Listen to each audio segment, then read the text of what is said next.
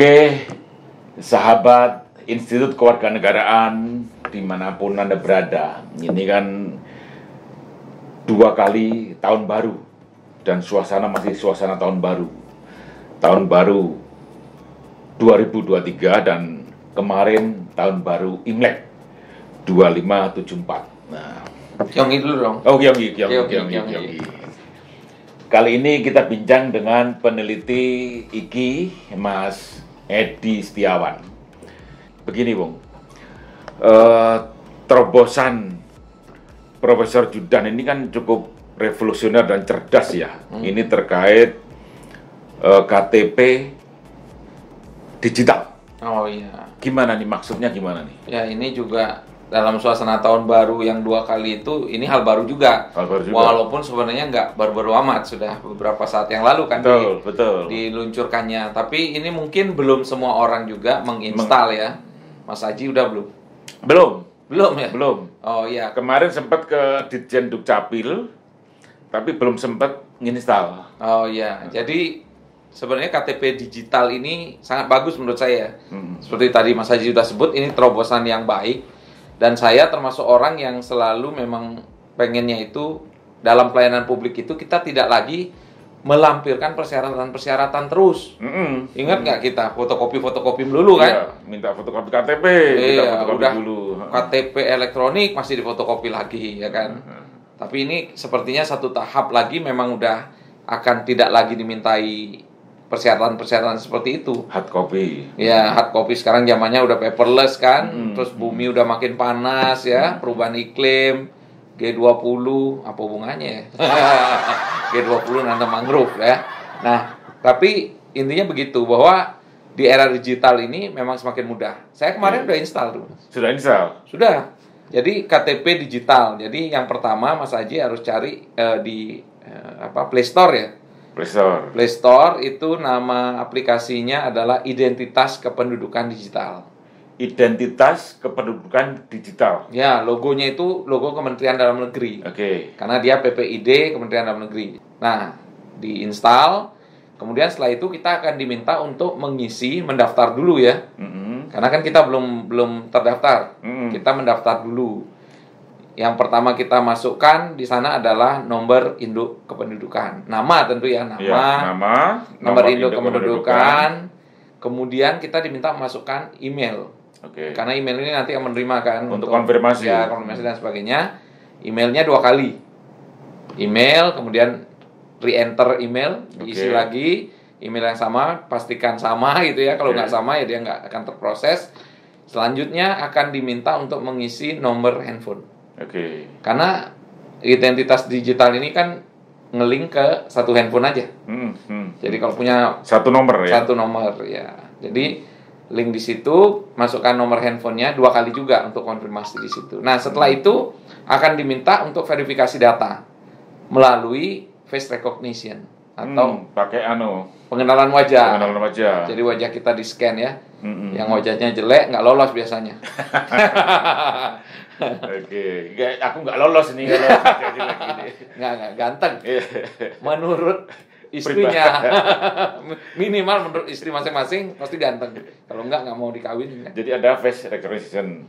Ya, ada face recognition untuk memastikan bahwa yang mendaftar ini benar-benar orang yang bersangkutan. Karena ini kan namanya data pribadi.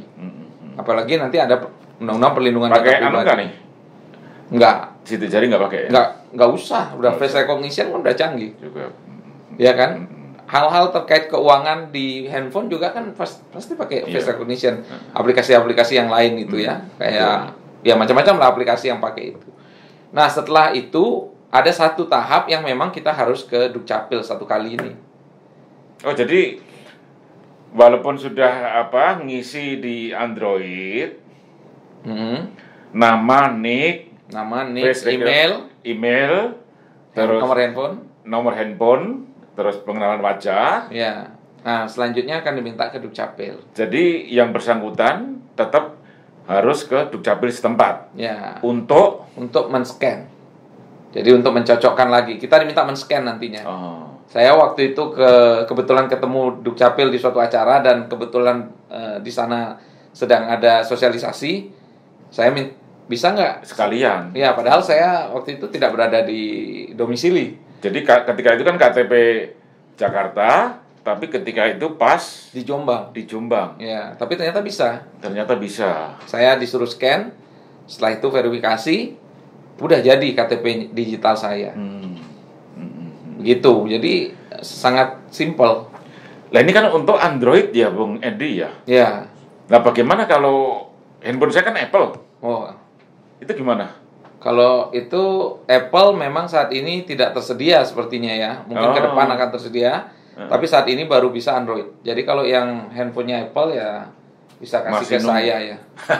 Kasih ke saya handphonenya, saya tukar pakai handphone yang lebih murah. Iya. Tapi yang bisa KTP digital. Tapi ini ide-ide cerdas dan cukup cukup revolusioner ini Profesor Judan ini ya. Bahwa identitas sekarang tidak harus membawa kemana-mana kartu, tapi cukup handphone ada. Iya. Semua. Dan ini akan mengurangi tingkat ketebalan dompet kita. Pertanyaannya adalah bagaimana bagi warga yang tinggal yang jauh lah dari kantor Dukcapil, misalnya letak geografis lah ya. Yang kalau letak geografis, karena ini kan tergantung satu sinyal, jarak. Kedua ya jarak misalnya, tapi tergantung juga dengan apakah masyarakat itu punya smartphone atau enggak kan? Betul. Nah, kalau dia handphonenya masih manual atau masih BlackBerry ya nggak bisa kan gitu. Iya. Ya kan. Nah, untuk saat ini memang belum semua penduduk Indonesia menggunakan KTP digital ini. Tapi lama-lama ke arah akan ke arah situ semua pada akhirnya. Tapi ya itu suatu saat artinya semua orang harus pakai smartphone kan? Harus pakai smartphone. Kalau saat ini yang belum ya tidak ada masalah. Seperti Mas Aji kan belum pakai. Belum. Jadi masih dilayani pakai KTP manual. Saya akan beli Android dulu biar bisa. Ya, atau Apple-nya kasih ke saya. Iya. Android-nya saya kasih ke Mas Aji gitu, tukar ya. Iya. Oke, menarik. Ya, dan saya lihat ini cukup aman ya. Karena setiap kita mau buka itu selalu pakai password berkali-kali, beberapa kali. Password, nanti mau lihat apa lagi, password lagi. Iya. Jadi kita kasih PIN ya, PIN. Bukan password. PIN. Kalau password kan pakai kata-kata ya. Iya. Kalau ini kan pakai angka, jadi PIN. Dan ini suatu tuntutan bahwa ke depan itu akan seluruh Indonesia akan terjangkau ini ya. Iya.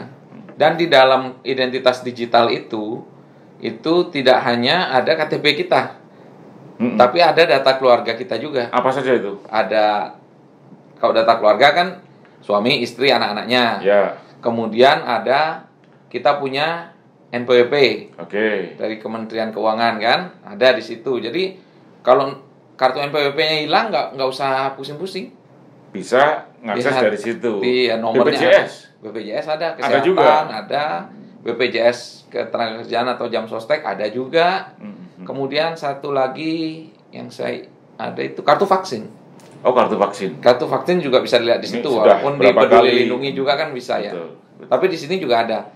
Nah, mungkin kedepannya SIM, ya kan? Bukan tidak mungkin SIM. Betul. STNK, SIM. Kan kita punya nama kita atau NIK kita terkait dengan kepemilikan mobil misalnya, ya ada STNK dan SIM. Kalau ada pemeriksaan kita tinggal buka. Kalau SIM fisiknya ketinggalan misalnya, yang paling jarang ketinggalan zaman ini kan handphone emang. Betul. Itu kalau begitu ketinggalan, wah orangnya belingsatan tuh. Udah, iya betul. Iya kan? Kiamat ya. Iya, seperti kiamat kecil. Apa harapan Bung Edi ini dengan terobosan-terobosan yang spektakuler ini? Saya berharap yaitu pelayanan publiknya semuanya menyesuaikan kan. Kayak kita ke bank. Iya, ke instansi-instansi terkait ya. Misalnya yang gampang aja bank. Kita ke bank kadang-kadang lupa bawa KTP. Balik lagi ngambil KTP ya kan. Sekarang nggak usah. Oke. KTP-nya kita buka lewat aplikasi. Nanti dia bisa scan barcode kita. Jadi ketika kita buka KTP itu tidak kelihatan bentuk fisiknya. Kalau kita mau lihat bisa juga tetap ada bentuk fisik seperti scan gitu. Tapi bukan scan dia ya, ada di dalam situ. Yang bentuk yang bisa dilihat itu adalah barcode. berupa barcode. Nanti pihak yang ketiga ini akan melihat ini, artinya dia pihak yang sudah bekerja sama secara resmi dengan Dukcapil kan, artinya dia bisa scan kita, scan. Tapi dia nggak bisa lama juga melihat, hanya punya batas waktu 90 detik. 90 detik, setelah itu hilang ya? Hilang, dan barcode kita juga berubah. Jadi kalau mau lihat lagi barcode-nya baru lagi. Baru lagi ya. Ya, jadi berubah terus. Nah, itu adalah keamanan karena kan data pribadi sebenarnya. Jadi selama ini itu kita kan kenapa banyak bocor kan ya karena kita suka fotokopi terus betul. Kertasnya bisa ada di mana-mana. Orang tiba-tiba berbagai instansi yang terkait itu juga harus punya card reader itu ya. Ya, kalau yang sudah bekerja sama harusnya memang sudah punya card reader. Ya. Apalagi yang pemerintah ya harusnya sudah misalnya kepolisian, kesehatan. Apalagi sekarang di kesehatan juga sistemnya saya dengar sudah interoperability juga. Nah, jadi kan misalnya mungkin kita ke puskesmas kemana kan sudah tidak perlu lagi bawa fisik kartunya. Walaupun selama ini memang sudah tidak sih. Kita sebut nomornya aja selama ini kan kalau BPJS dan sebagainya.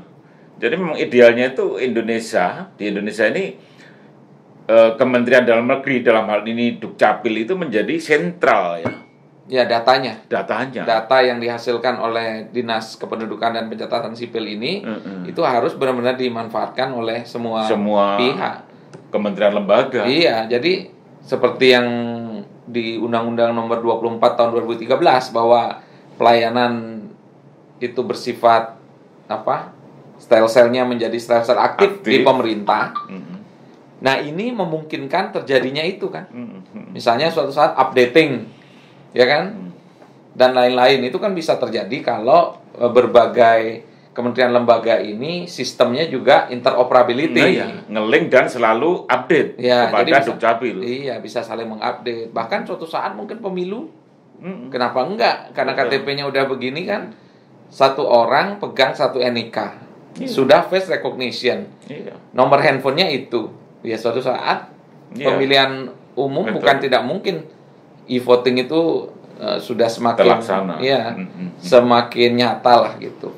Dengan tingkat keamanan yang tinggi tentunya gitu ya. Ya itu sih. Ya, sahabat IKI, ini terobosan dari Kementerian Dalam Negeri dalam hal ini Direktorat Jenderal Dukcapil memang cukup revolusioner dan cukup cerdas ya. Karena bagaimana juga kemajuan teknologi ini juga harus diikuti juga kemajuan atau penyesuaian dari berbagai lembaga. Mudah-mudahan diskusi ini juga bermanfaat. Terima kasih Bung Edi Setiawan. Siap. Ini yang selalu mengikuti perkembangan Dukcapil. Salam sehat teman-teman. Salam sehat.